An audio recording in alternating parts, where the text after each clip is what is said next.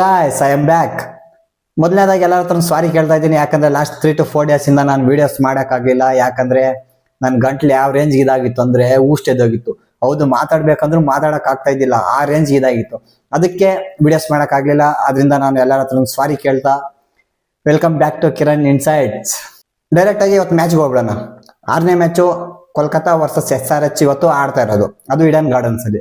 ನಿಮ್ಗೆಲ್ಲ ಗೊತ್ತಿರೋ ಹಾಗೆ ಲಾಸ್ಟ್ ಈ 2 teams ಸೋತ್ಕೊಂಡು ಬರ್ತಾ ಇರೋದು. ಹೌದು, ಮುಂಬೈ ಮೇಲೆ KKR ಇರ್ಬೋದು, SRH ಬಂದು ನಮ್ಮ RCB ಮೇಲೆ ಇರ್ಬೋದು, ಸೋತ್ಕೊಂಡೇ ಬರ್ತಾ ಇರೋದು.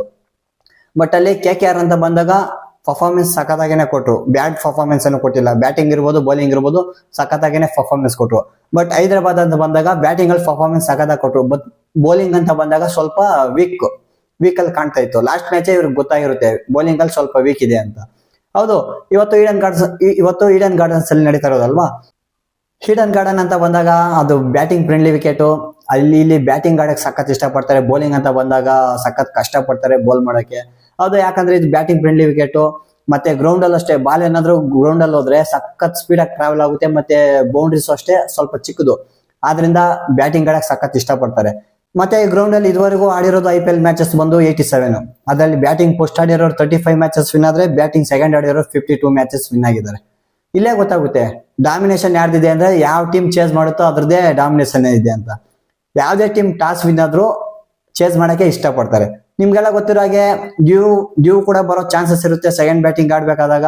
ಅದರಿಂದ ಏನ್ ಮಾಡ್ತಾರೆ, ಎಲ್ಲರೂ ಚೇಸಿಂಗ್ ತಗೊಳಕ್ಕೆ ಇಷ್ಟಪಡ್ತಾರೆ. ಇವತ್ತು ಅಷ್ಟೇ ಟಾಸ್ ವಿನ್ ಆದವ್ರು ಚೇಸಿಂಗ್ ತಗೋತಾರೆ. ಮತ್ತೆ ಈಡನ್ ಗಾರ್ಡನ್ಸ್ ಅಲ್ಲಿ ವಿನ್ನಿಂಗ್ ಆವರೇಜ್ ಸ್ಕೋರ್ ಬಂದು ಪೋಸ್ಟ್ ಬ್ಯಾಟಿಂಗ್ ಆಡ್ಬೇಕಾದಾಗ 175 to 185. ಇಲ್ಲಿ ಏನಾದ್ರು ನೀವು ಪೋಸ್ಟ್ ಬ್ಯಾಟಿಂಗ್ ಆಡ್ತಾ ಇದ್ರೆ ಮ್ಯಾಚ್ ವಿನ್ ಆಗ್ಬೇಕಂದ್ರೆ 180 ಅಬೋವ್ ಹೊಡಿಬೇಕು.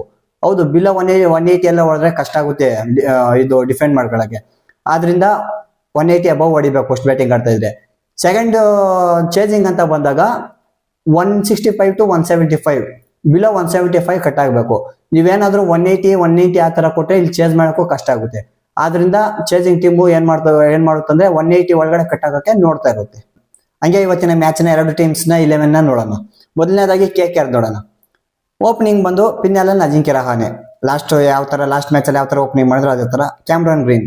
ಹೌದು, ಇವರು ಬೌಲಿಂಗ್ ಮಾಡಲ್ಲ, ಯಾಕಂದ್ರೆ ಆಸ್ಟ್ರೇಲಿಯನ್ ಕಡೆಯಿಂದ ಇನ್ನೂ ಕ್ಲಿಯರೆನ್ಸ್ ಸಿಕ್ಕಿಲ್ಲ ಬೌಲ್ ಮಾಡಕ್ಕೆ. ಆದ್ರಿಂದ ಇವ್ರು ಬೌಲಿಂಗ್ ಮಾಡಲ್ಲ, ಓನ್ಲಿ ಬ್ಯಾಟರ್ ಆಗಿ ಆಡ್ತಾರೆ.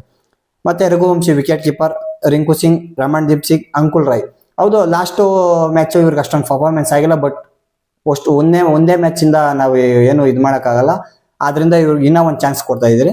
ಮತ್ತೆ ಸುನಿಲ್ ನಾರಾಯಣ್, ವರುಣ್ ಚಕ್ರವರ್ತಿ, ವೈಭವ್ ಅರೋರಾ, ಬ್ಲೆಸ್ಸಿಂಗ್ ಮುಜರ್ಮಾನಿ. ಹೌದು, ಇವರು ಅಷ್ಟೇ ಲಾಸ್ಟ್ ಮ್ಯಾಚ್ ಎಕ್ಸ್ಪೆನ್ಸಿವ್ ಆಗಿದ್ರು.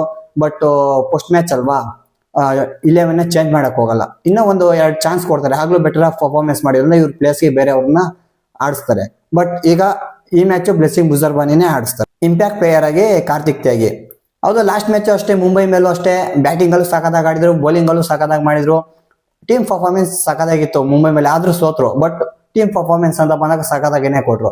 ಆದ್ರಿಂದ ಇವತ್ತು ಅಷ್ಟೇ SRH ವಿರುದ್ಧ KKR ಸೇಮ್ 11 ಜೊತೆನೆ ಹೋಗುತ್ತೆ. ಹಾಗೆ SRH ಪ್ಲೇಯಿಂಗ್ 11 ನೋಡ್ಬಿಡೋಣ.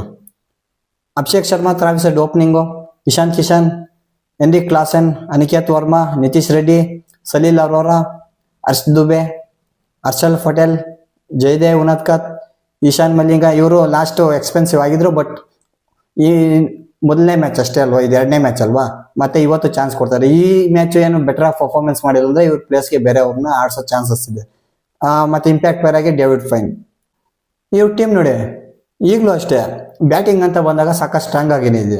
ಬೌಲಿಂಗ್ ಅಲ್ಲಿ ಇವ್ರಿಗೆ ಏನಂದ್ರೆ ಬ್ಯಾಕಪ್ ಪ್ಲೇಯರ್ಸು ಅಷ್ಟೊಂದು ಯಾರು ಚೆನ್ನಾಗಿಲ್ಲ. ಆದ್ರಿಂದ ಇವರು ಬೌಲಿಂಗ್ ಅಲ್ಲೂ ಚೇಂಜಸ್ ಜಾಸ್ತಿ ಮಾಡಕ್ಕಾಗಲ್ಲ. ಆದ್ರಿಂದ ಇದೇ ಪ್ಲೇಯಿಂಗ್ 11 ಜೊತೆನೆ SRH ಕೂಡ ಹೋಗುತ್ತೆ ಅಂತ ಅನಿಸ್ತಾ ಇದೆ. ನೋಡಿ, 2 ಟೀಮ್ನು ಕಂಪೇರ್ ಮಾಡಿದಾಗ ಇಲ್ಲಿ SRH ಡಿಸ್ಪ್ಲೇ ಮಾಡಿದ್ದೀನಿ, KKR ಡಿಸ್ಪ್ಲೇ ಮಾಡಿದ್ದೀನಿ. KKR ಮೋಸ್ಟ್ ಬ್ಯಾಲೆನ್ಸ್ ಟೀಮ್ ಆಗಿ ಕಾಣ್ತಾ ಇದೆ. ಬ್ಯಾಟಿಂಗ್ ಅಲ್ಲಿ ಇರ್ಬೋದು, ಬೌಲಿಂಗ್ ಅಲ್ಲಿ ಇರ್ಬೋದು, ಸಖತ್ ಬ್ಯಾಲೆನ್ಸ್ ಆಗಿ ಕಾಣ್ತಾ ಇದೆ. ಬಟ್ SRH ನೋಡಿ, ಬ್ಯಾಟಿಂಗ್ ಅಲ್ಲಿ ಸಖತ್ ಸ್ಟ್ರಾಂಗ್ ಇದೆ, ಬೌಲಿಂಗ್ ಅಂತ ಬಂದಾಗ ಸ್ವಲ್ಪ ವೀಕ್ ಕಾಣಿಸ್ತಾ ಇದೆ. ಮತ್ತೆ ಇವರಷ್ಟೇ ಹೆಡ್ ಟು ಹೆಡ್ ಅಂತ ಬಂದಾಗ ಕಲ್ಕತ್ತಾದು ಜಾಸ್ತಿ ಡಾಮಿನೇಷನ್ ಇದೆ. ಹೌದು, ಟೋಟಲ್ ಆಡಿರೋ 31 ಮ್ಯಾಚಸ್ ಹೈದರಾಬಾದ್ KKR. ಅದರಲ್ಲಿ 18 ಮ್ಯಾಚಸ್ KKR ವಿನ್ ಆಗಿದ್ದಾರೆ, ಮತ್ತೆ 12 ಮ್ಯಾಚಸ್ SRH. ಇಲ್ಲೇ ಗೊತ್ತಾಗ್ತಾ ಇದೆ KKR ಅವರು ಡಾಮಿನೇಟ್ ಮಾಡಿ ವಿನ್ ಆಗ್ತಾ ಇದ್ದಾರೆ SRH ಮೇಲೆ. ಮತ್ತೆ ಈ ಗ್ರೌಂಡ್ ಅಲ್ಲಿ ಆಡಿರೋದು ಇವರು 5 ಮ್ಯಾಚಸ್ ಟೋಟಲ್.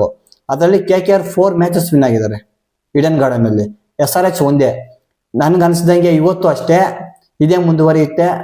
KKR ವಿನ್ ಆಗುತ್ತೆ ಅಂತ ಅನಿಸ್ತಾ ಇದೆ. KKR ವಿನ್ ಆಗುತ್ತೆ.